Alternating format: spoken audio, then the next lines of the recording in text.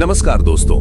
कल्पना कीजिए एक ऐसी मिसाइल जो ध्वनि की गति से 10 गुना तेज उड़ती है, दुश्मन के जहाज को चंद सेकंडों में नेस्तनाबूद कर देती है, रडार से छुपकर कम ऊंचाई पर सरकती है और हिंद महासागर में चीन की पूरी स्ट्रिंग ऑफ पर्ल्स रणनीति को चकनाचूर कर सकती है। हाँ दोस्तों, ये कोई फिल्म का सीन नहीं बल्कि भारत की असली ताकत है, क्योंकि गणतंत्र दिवस 2026 पर भारत ने दुनिया के सामने अपनी पहली हाइपरसोनिक एंटी-शिप मिसाइल LRASHM को शान से पेश किया, जो मैक 10 की रफ्तार से दुश्मन के जहाजों को पलक झपकते ही खत्म कर सकती है। अब अगर आप सोच रहे हैं कि ये बस एक और मिसाइल है, तो रुक जाइए, क्योंकि ये मिसाइल अकेले हिंद महासागर का पूरा पावर बैलेंस पलट देने वाली है। चीन की लंबे समय से चली आ रही घेराबंदी को तोड़ने वाली है और भारत को समुद्री महाशक्ति के रूप में स्थापित करने वाली है। और इसी वजह से आज हम इस पूरी कहानी को स्टेप बाय स्टेप समझेंगे, ताकि आप देखते देखते अंत तक जुड़े रहें। सबसे पहले समझते हैं कि हाइपरसोनिक मिसाइल आखिर होती क्या है। सामान्य मिसाइलें मैक 1 से मैक 5 तक की स्पीड पकड़ती हैं, यानी ध्वनि की गति से लेकर 5 गुना तक। लेकिन हाइपरसोनिक मिसाइलें मैक 5 से ऊपर निकल जाती हैं, यानी 6000 किलोमीटर प्रति घंटे से भी ज्यादा की रफ्तार। और सबसे खास बात ये कि ये सिर्फ तेज नहीं चलती, बल्कि रास्ते में अचानक दिशा बदल सकती हैं, जिसकी वजह से दुश्मन के सबसे एडवांस रडार और एंटी मिसाइल सिस्टम भी इन्हें पकड़ नहीं पाते। दुनिया में अभी तक इस तकनीक पर सिर्फ मुट्ठी भर देशों का कब्जा था, अमेरिका, रूस, चीन। लेकिन अब भारत भी इस एलीट क्लब में शामिल हो चुका है और चीन की TF-17 या रूस की अवांगार्ड जैसी मिसाइलों के मुकाबले भारत ने खास तौर पर समुद्री दुश्मनों को निशाना बनाने वाली LRASHM लॉन्च की है। ये मिसाइल DRDO ने बनाई है और इसका पूरा नाम है long range anti ship hypersonic missile. इसकी अधिकतम स्पीड मैक 10 यानी करीब 12,000 किलोमीटर प्रति घंटा, औसत speed Mach 5, range 1500 kilometre, trajectory quasi ballistic यानी पहले ऊपर जाती है फिर ग्लाइड करती है और बहुत कम ऊंचाई पर दुश्मन के जहाज तक पहुंचती है। इसमें 2 स्टेज सॉलिड रॉकेट मोटर है, अपना RF सीकर है जो 50 किलोमीटर से ज्यादा दूर चलते हुए टारगेट को ट्रैक कर लेता है। वजन 12 से 20 टन, लंबाई 13-14 मीटर और मुख्य टारगेट बड़े बड़े एयरक्राफ्ट कैरियर, डिस्ट्रॉयर और फ्रिगेट। इसे तट से मोबाइल या फिक्स लॉन्चर से छोड़ा जा सकता है और भविष्य में जहाजों से भी लॉन्च होगा। नवंबर 2024 में doctor APJ Abdul Kalam island से इसका सफल टेस्ट हो चुका है। 2026 गणतंत्र दिवस परेड में इसे दिखाया गया और 2029 तक ये पूरी तरह ऑपरेशनल हो जाएगी।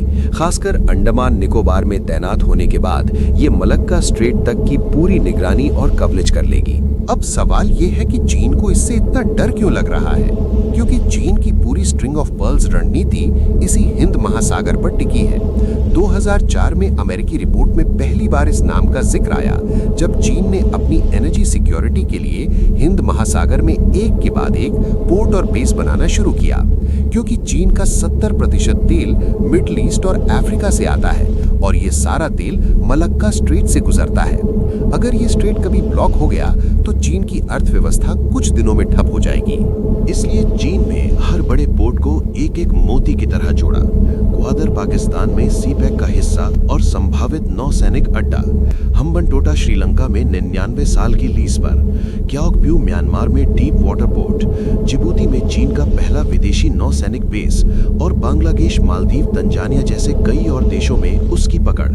चीन कहता है ये सिर्फ कमर्शियल है, लेकिन भारत अच्छे से जानता है कि ये ड्यूअल यूज है, यानी सिविल और मिलिट्री दोनों काम के। चीन की नौसेना अब 370 से ज्यादा जहाजों के साथ दुनिया की सबसे बड़ी है और 2030 तक ये संख्या 435 तक पहुंच जाएगी।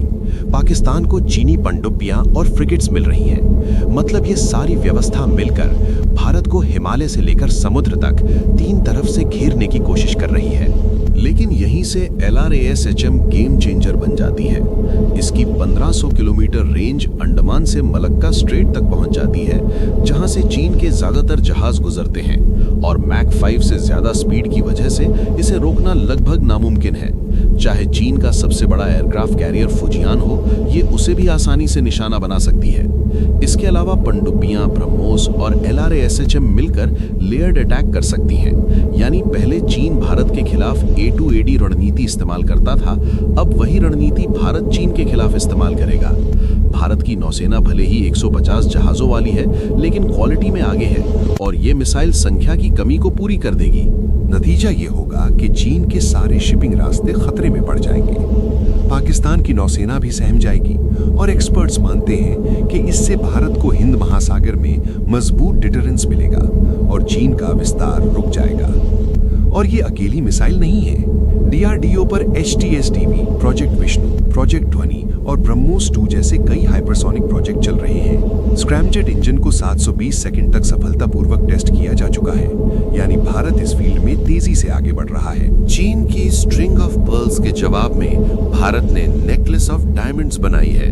Vietnam, Oman, Indonesia, Japan, Seychelles जैसे देशों से साझेदारी, अंडमान में बेस को और मजबूत करना, क्वाड के साथ मिलकर काम, ब्रह्मोस को फिलीपींस बेचना, ये सब साउथ चाइना सी और हिंद महासागर में चीन को काउंटर करने की रणनीति है।